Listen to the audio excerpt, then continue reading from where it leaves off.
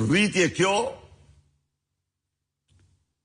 e cila ka si shkak themelor narko-euron dhe narko-shtetin.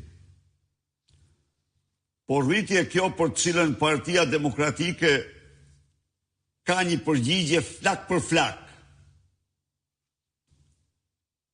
për neutralizimin dhe zbutin e saj.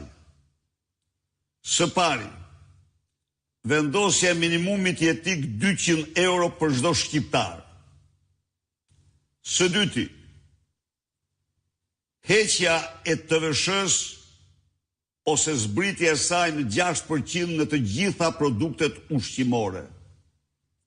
Së treti, dyfishimi rrogave dhe pensioneve me një politik agresive të rritjes tyre. Unë kam besim se me këto 3 masa, kjo darë që shtërgohet, çdo muaj e më shumë, në fytyn e shqiptarëve do mund të bllokohet dhe të lirohet. Gjon Lejthia, përshëndetje doktor. Jam Gjon Lejthia nga Shkodra, kam një pyetje.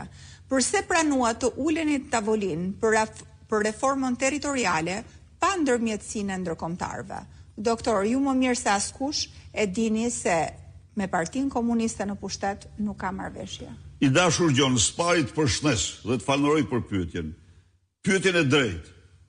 Por cila është e vërtetë e uljes në tavolinë? E vërtetë e uljes në tavolinë është kjo. Kjo reformë